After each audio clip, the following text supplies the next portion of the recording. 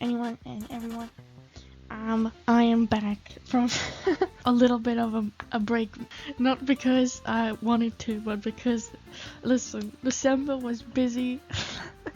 There was my birthday, then was my sister's birthday, and then there was Christmas, and then we got COVID, and then I was sick before I got COVID. Like, okay, listen. I was sick for a week with, I don't know what, it wasn't COVID, I just was sick for a little bit, like a week. And then I was not sick on Christmas, and like the day after Christmas, like not sick-ish.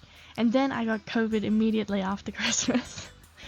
Yikes. Anyway, I've been having a crazy hectic time recently. So I wanted to record this video like in early December. Even though this game did come out, if you've seen the title, you'll know what I'm talking about. This game came out in mid-November, like the 19th of November or something like that. Anyway, number 2. I ended up watching this game like the day it came out, or the day before it came out, because I happened to watch someone live streaming it. And I was like, there just happened to be someone there. I was like, I'll check, because I was hyped for this game. You don't understand, I was hyped for this game since I saw the trailer in the last one. I was like, wow, that looks so cool. That looks awesome. And you know what happened? Disappointed. I need to make a quick disclaimer. I haven't gotten around to playing the game yet, but I have watched a lot of people play the game a lot of times. I know a lot of, I know all the stuff, I know all the twists, I know everything. And if you're gonna watch this video, watch out. I'm spoiling.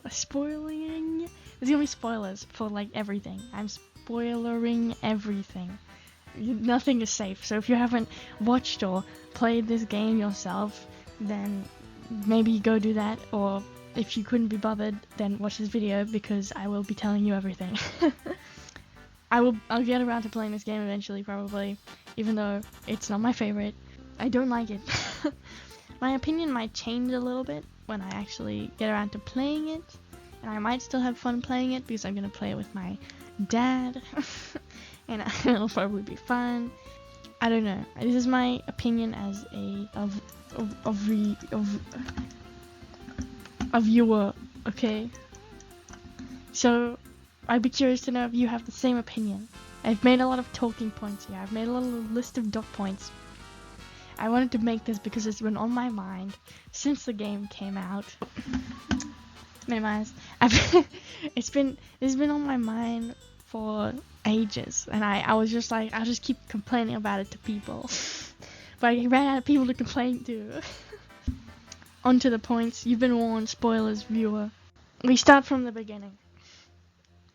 In the very first trailer that I saw at the very end of House of Ashes. If you haven't seen the trailer, I'd recommend you watch the trailer, because the trailer is awesome. I thought the trailer was so cool. I was like, wow, this is so mysterious. Hyped me up, because I was like, wow, something about serial killers. Very cool. Should be interesting. I like that. It's a cool idea. I don't know. I was like, that should be fun. And I wasn't expecting a supernatural. I wasn't expecting that much of like a supernatural twist in this one, because I was like, oh, serial killer as well. The thing they used for like the front image, the guy who was like dead, he's got all these moving parts in him, whatever. He's like this serial killer that inspired the main killer. I thought that was gonna play a bigger role. I thought that was gonna be like a, oh my god, he's dead but he's still alive. I was like, oh my god, the serial killer is like the dead body. Which was not the case, but I was like, damn, that's kind of disappointing. The main thing that was like in the trailer is in the game for like maybe 5 minutes, not even 5 minutes, like 3 minutes, I'm gonna be honest. You don't see it for very long. Honestly, it doesn't play a big role. It's there just because it kind of makes it a little creepier, and it's like something he does to build the backstory a bit, I guess, trying to connect it to who the killer is, but could have been used a little more, maybe. After being hyped up by a cool trailer and then swiftly disappointed, not swiftly actually, I actually quite liked the beginning of the game. You know the part where in every game of the Dark Pictures anthology where fake out first people who you're like, okay, well these are the main characters, but then they die and you're like, they're not the main characters. We all know they're not the main characters by now, but it's still cool. I liked it, and it was like, well, there's H.H. Holmes, that's pretty crazy, and he's killing people and whatever. Might not be entirely true to real life, everything being exaggerated and whatnot, but it was still cool. And for a video game, it's like, well, it's a video game. And I don't know, I like the couple. I thought they were kind of sweet together. But then the main game starts. You get the main cast, who, gonna be honest, I don't mind. They're not the worst, except for Charlie. He kind of sucks. Even though he's the one with the most character development, so by the end, he doesn't suck as much. He's the only character I feel like you kind of get to know a little bit better. But every other character I have very neutral feelings about. Like Aaron, I do kind of like. I don't dislike any of them, but I don't particularly have strong feelings about any of them. I just don't care much if they die. I feel they did a bit of a switch up in this one. They tried some new things. Some of the things I wasn't against. Most of the things I didn't enjoy. How they normally are. You watch it play out and you make choices and you do quick time events. That's like 80% of it, and then like maybe 20% of it is you walking around and investigating and like grabbing clues and whatever. But in this game they swapped it around to make it like 80% walking around and 20% cutscene things, what you do, quick time events and choose things, which I feel actually I didn't like. Not just because I'm a viewer, but because, well, it might have been because I'm a viewer a little bit, but I don't mind those sections in games where you're walking around. Obviously it's a part of the gameplay. I've played The Quarry. Even when I'm playing that, those are the parts of the game that I enjoy the least, because you're just walking around and it's just walking, man. You'll have a directive, you have a goal in walking, but it's not the most exciting thing. And in this game is so dark. Like, I don't mean themes, I mean literally. It's dark. You're walking around in the dark with a tiny flashlight, which I don't mind much if it's just a little bit, but oh my god. So I didn't enjoy that swap of things, because I feel that's, like, some people, I get if you prefer just walking around and doing that stuff in games, but for me, it built up the characters less. They had less personality. I feel like I didn't really get to know the characters enough to care about them. I feel like we spent more time with the characters in all the other games, even if the characters also kind of sucked there. Where here, they were just kind of neutral for me. Except for Charlie. You know, Charlie, he kind of sucks. There was a lot of choices that were very clearly just choices the characters made to progress the plot, and not choices that they would actually make when you look at their character. There's a scene where they just decide that they're gonna all stick together, because that's the smart thing to do, and then Kate hears a noise and she runs off alone, even though she was like, yes, we should stick together 2 seconds ago. She goes, bye, and they all get separated. And I'm like, ugh. If they do it just for the plot like that, then they shouldn't be doing it. With Mark, who, I might tell you, is afraid of heights. For most parts of the game, Mark is like traveling. In the very beginning, he walks like across this log over like this giant cliff, and he's like, fine. And then like 2 minutes later, he's like, oh, I'm afraid of heights, I can't cross this bridge. And then he says again, I'm afraid of heights, I can't do this. And then he's like climbing a giant like ladder, moving things across. It's not very consistent in his character, unfortunately. As I mentioned before, Charlie was the only character that, like, you don't like Charlie, like, for a reason. He sucks. You find out he hasn't been paying Aaron for the past, like, couple weeks. And that's bad. We like Aaron. But you can make Charlie, like, the worst. And it's kind of funny. There's a dinner scene where you can just choose the worst things. You can make him like ridiculously like mean, which is kind of hilarious. Or you can go slightly better. You can make him more sympathetic and a little more likable towards the end than he was at the beginning, for sure. He can have his quitting smoking arc if he lives. But I feel like it's still not quite enough to fully redeem him, considering he hasn't been like paying one of his employees. That's kind of not good. Still kind of trash to me, to be honest. But anyway, it could be worse. He's one of the more interesting characters, I think. Even though he can kind of suck. Walking around in the dark with an objective that doesn't lead anywhere is kind of pointless. There's no reason. I don't get it. Why? For example, there's a section where you go to film with Mark and Kate for a bit to get a shot.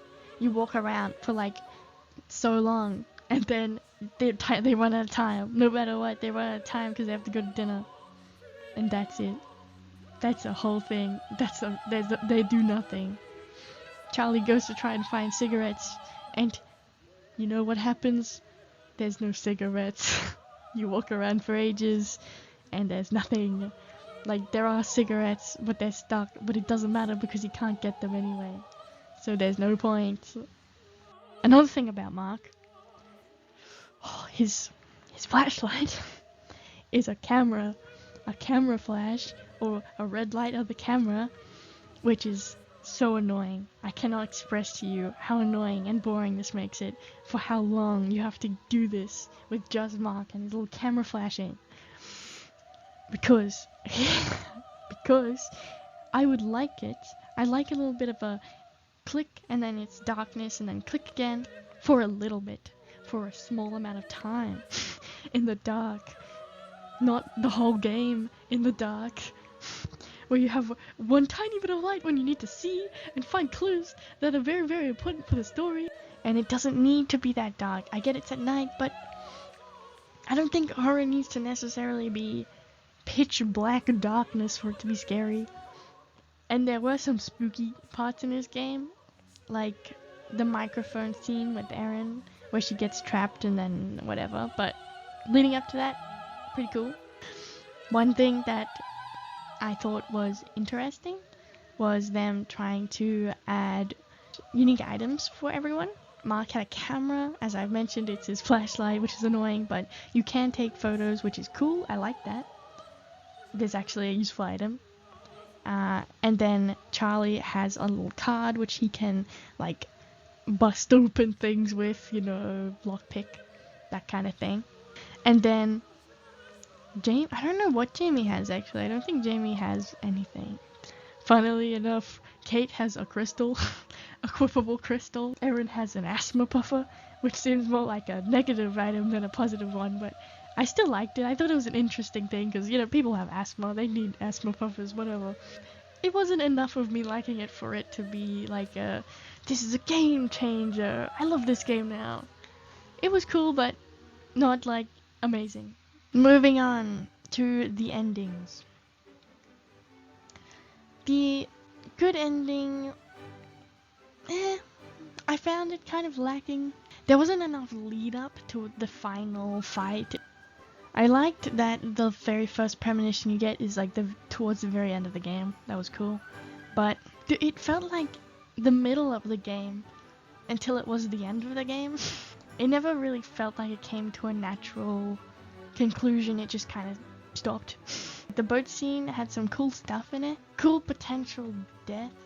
Like, it made sense it ended that way, I guess. Like, it just kind of, they escape, which, like, yeah, makes sense, obviously, but it still felt a little lacking. Like, the characters themselves came to a conclusion that it was Mr. Dumet, but they never found out that, like, what that means. They didn't actually find out who he actually is, which was kind of unsatisfying. We don't check in with them afterwards. Like, we see them on the thing, and it wraps up some of their plot points, like Ellie quitting smoking, that's good. Erin and, if this is if everyone is still alive, Erin and Jamie are together, which is nice. We love the lesbian representation, or even bi representation, anything we love. Just unfortunately it wasn't in a better game, god damn it. The, like, secret bad ending was, I think, kind of better than the good ending. It was much sadder, but it kind of fit the tone of the game better. I thought it was like it reveals a lot more information that you just don't know if you don't get this ending, which like these games are meant to be played more than once, so just unfortunate for people who don't see this ending because it's kind of very important. Just unfortunate that the main ending didn't like really explain anything. At the very end of the game, you go to these people watching the news report of what happened.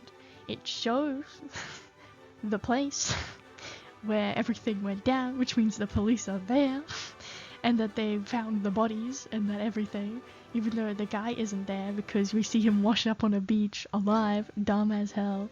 He shouldn't be alive. And it's these guys and they're like, look, I won a free vacation to this place that's on the news.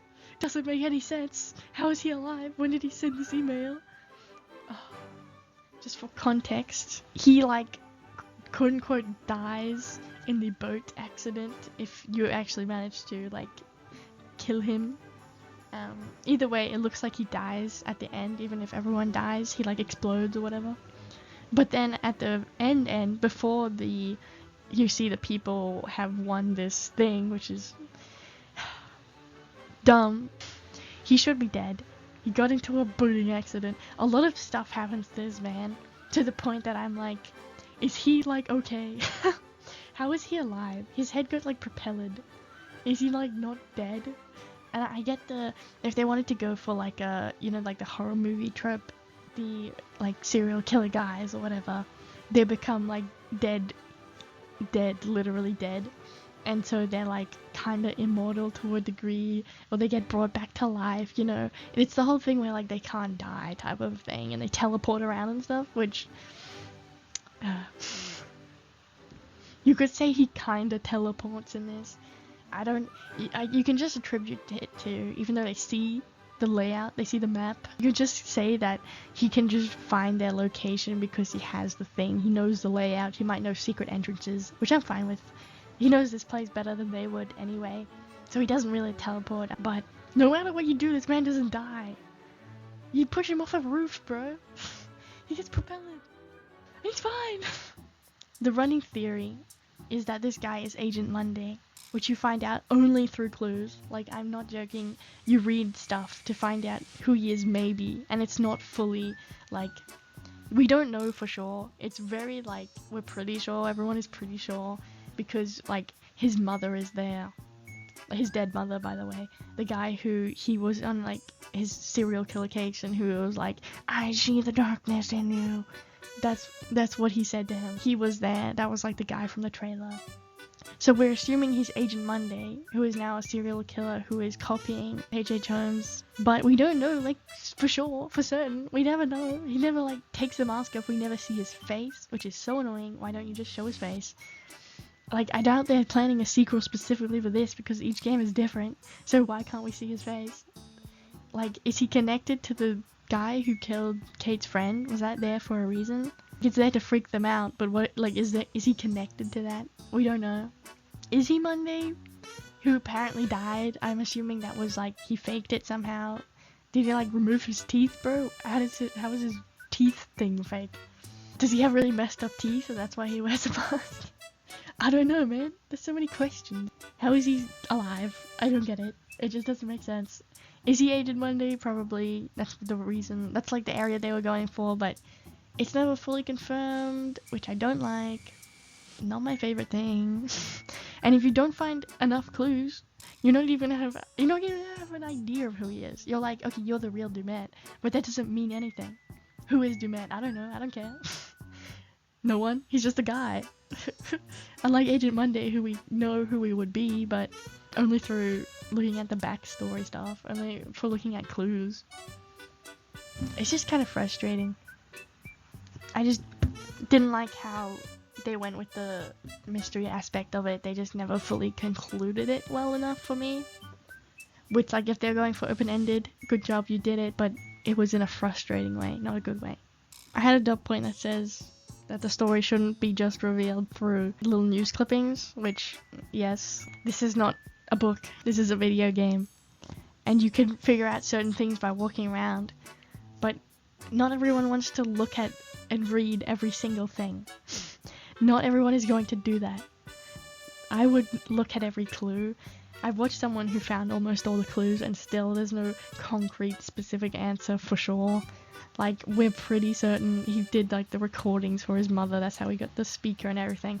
But what if it's just some guy who took all this stuff? What if it's just some guy who thinks he's Agent Monday pretending to be Holmes or whatever? We don't know, it could be. I don't know. Either way, I think it should have been clearer. At the end of it, it was a very promising story idea. I liked the beginning of it just slowly fell off for me. People just kind of were dying most of the time because the choices were a lot less clear in this game. Usually, for these games, you have an idea of what you're meant to do if you've looked around and stuff. You're like, I know I should do this to save this person. It's like not super clear, but you kind of like, okay, I can save everyone in like, and it's not super hard.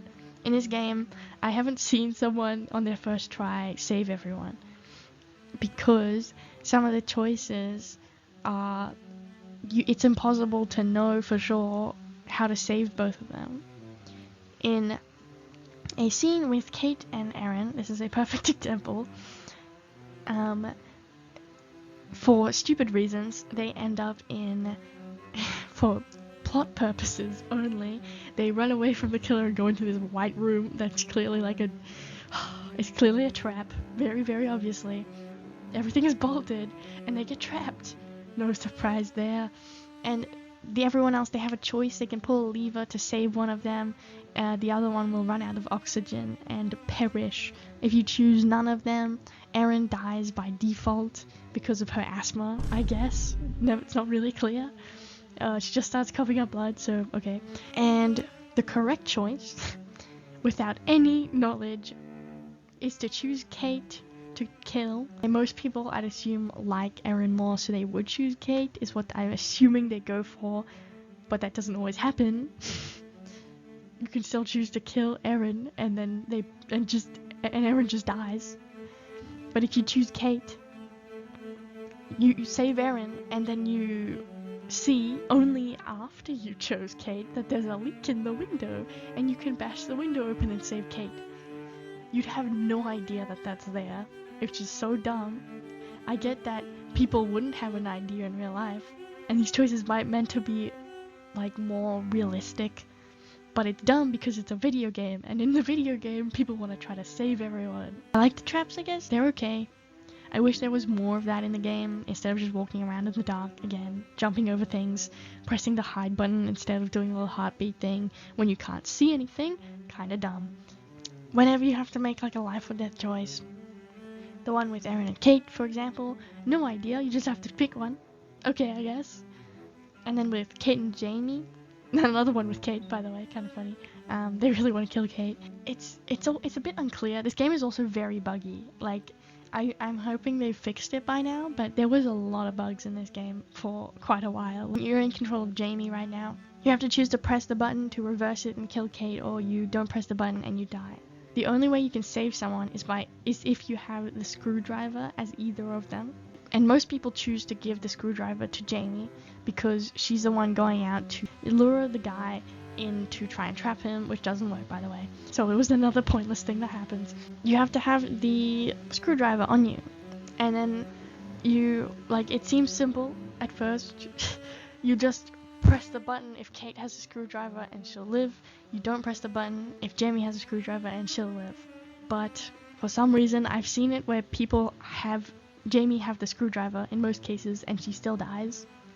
I'm assuming it's either a bug or she drops the screwdriver in the scuffle, which is why it's safer to have Kate have the screwdriver, which is kind of counterintuitive because she's not the one going out there as bait. Another instance of this is, I feel, with Erin. There's like two places in the beginning where Erin can die. She can die after this whole sound thing she does. It could be worse. But then the other scene with her, you go into this room and you're like, I'm pretty sure everything in this room is fake. Considering everything, you hear Charlie on a voice recording saying, I want my team dead. And it's edited, obviously. That can actually get Charlie killed if you're too paranoid of Charlie being like a possible killer. So I was like, that's interesting. Unless Erin dies here, which is very possible.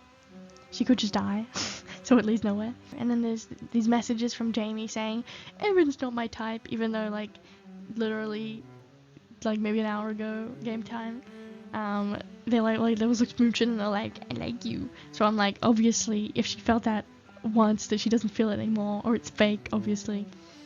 We never really know for sure, but I'm like, since the tape was fake, I'm assuming this is fake, because they're trying to get Erin to not trust Jamie. Okay, quick moment to complain. In this scene, Jamie, actual Jamie, it is real, there's a speaker, and she speaks through this guy, because he's like a dead body or whatever, you know, casual things. She has to convince her, there's like, you only see this in co-op mode, but like, not couch co-op, in like, online, like, multiplayer kind of co-op. You see that one person is controlling Jamie, and she has a note that says, like, tell her to hide in the cupboard or I'll kill her. And then you don't see that ever in when you're playing single player or if you're playing couch co-op. Like, so you're never sure if it's real or not in that mode, but it is real. And you try and convince Erin to hide in the closet. So you as Erin, seeing all this possible fake stuff, distrusting Jamie now or whatever, you have to choose to hide or go to the door. If you go to the door, you die, because it is real, but you don't know that and if you hide in the closet, you don't die, you're fine. It's a bit of a weird choice, because it's kind of 50-50 for most people. You're like, I don't think I should trust this, so I'm not gonna hide. But then, I think what they're going for is you have to trust people and not what you're seeing. It's a little weird.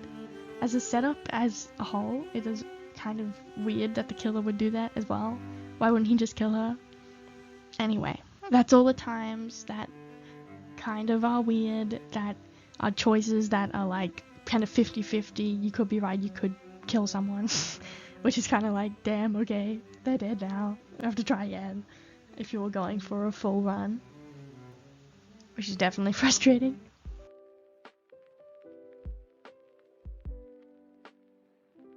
At first I like it. At first it's interesting.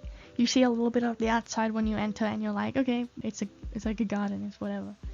And then for like a majority of the game, you're in this house and it's like 2 stories.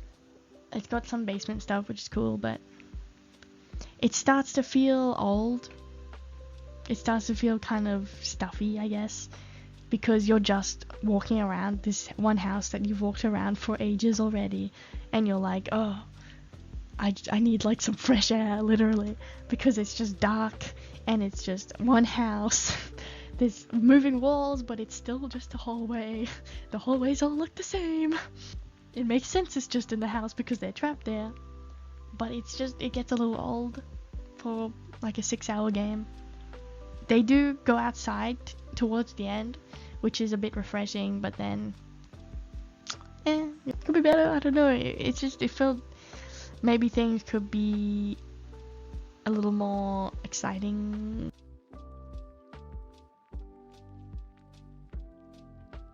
Circling back around to something new they added this time was a different way of doing the hiding system.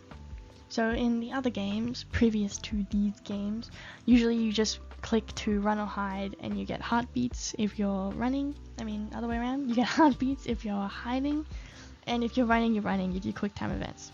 Instead of doing that, there's still some heartbeat moments in this game, I think, but to hide, you have to like search for where it says the big button that says hide, and you have to run over to that and press X and hide.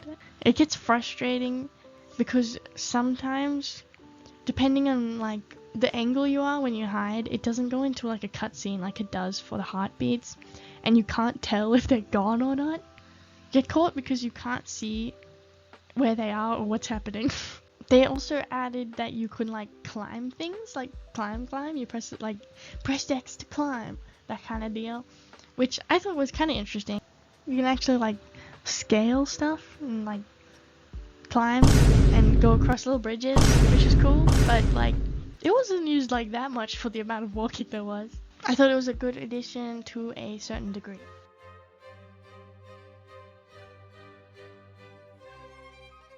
I'm not discounting the whole game. I still thought there were interesting parts of the game. The dog was cute. Love that dog. It's sad when you, if you choose to kill it, who would ever do that? Which can lead to a death if you pick the wrong option before that, I think. It's a little unclear again. Lots of choices are a bit unclear in this game. I don't know if this will kill them or if this will save them. Makes sense in real life for this situation, doesn't really make sense for a video game where you're trying to save people. Like, not as much. I expect that to a certain degree like their other games, but not as much as it was in this game. It just makes it a bit frustrating. The dialogue, I don't mind. Like, clunky dialogue and silly dialogue is always a part of these games, and it makes it kind of charming and fun. Don't mind that. That's just something that you accept with these games, okay? They're kind of silly and goofy. Some other parts I liked about this game, I've mentioned before, the new features are a bit interesting, some of them at least. At least I didn't hate the characters, I guess, like in Man of Medan, wasn't a fan of any of the characters except for maybe Fliss. This game wouldn't be nearly as bad to me if I wasn't so hyped up by how good the trailer was and how disappointing the game was in comparison. It was like promising, the idea of it all was promising. The relationships I didn't actually mind. Mark and Kate, kind of sweet, and Aaron and Jamie, sweet as well. But again, not the most important thing. But we love the curator. We love the curator. He's got that thick ass. But again, I think he was kind of in this game less, which is disappointing. I think the curator was the best part of this game. One more point on the killer not dying. It's meant to be like oh, he's still alive, look at him go killing, but I'm like, I don't care, bro. It would have been more satisfying if he died, because we're not going to see this again. I know it's like unrealistic, I guess, for you to like hunt down a serial killer, but in this game it wouldn't have been. If they all ganged up on him, a lot of people point this out, if they all gang up on him at certain points, they could probably beat him up, you know? They could beat him up pretty well. Like, it's not like he has a gun, really. He's strong, but, like, there's, like, 5 of them. They could beat him up. They could kill him. Literally. They could grab his axe and kill him. But they don't. Dumb. A lot of dumb decisions from these characters, which makes them slightly less likable. Like, you have dumb decisions from characters from time to time, but not like this. Like, he falls from the roof. And they look at him, they don't try to, like, double kill him, which I feel everyone would do at this point. They just walk away, and then he's alive still, because he's... at least another part that was good about this game was it was maybe gorier. I don't know, looking back on the other games again, I feel like they're still pretty, like, there's some pretty gory deaths in those. I get it, that they were a little more brutal this time, which was cool, like that. Some people really like this game, some people really don't like this game. I don't understand how this can be your favorite game out of the series when there's the third game, when there's House of Ashes, which is infinitely better. Has a better twist. It's Salim in it, bro. Salim. Little Hope I liked better too, even though the ending. But watching Little Hope again now, the ending, I don't mind it as much. I don't mind the game as much now. I feel like if this game came out a bit after, like if House of Ashes came first, then I would have been less disappointed by Little Hope, because at least it's like, at least we got real monsters the last time. And even though the monsters in Little Hope were really cool, even though they weren't real, it was still like, I liked a lot of the game, even though it was like towards the end, and it had a pretty sad ending, for one of the worst endings. Man of Medan, I'm just not gonna lie to you, it's not my favorite. I'd still probably say Man of Medan I dislike more than The Devil in Me. I'll get into that. Charlie gets the most brutal deaths as well, which is kind of cool, kind of like that, because he did get them in this situation, so it makes sense. A lot of people kind of hate Kate. I don't mind Kate, to be honest. Like, she can be kind of, like, bossy, I guess, but I didn't mind her. Again, most of the characters didn't mind. when I play the game I might have different opinions. And basically, I just have so many questions that are never answered in the game no matter what. But I'm not in a rush to rewatch it as much as I am with Little Hope and House of Ashes, or even Man of Medan, kind of a little bit. I wouldn't give this game above a 6, but despite like how much I need to rant about this game because it sucks ass, I still think I don't like Man of Medan more.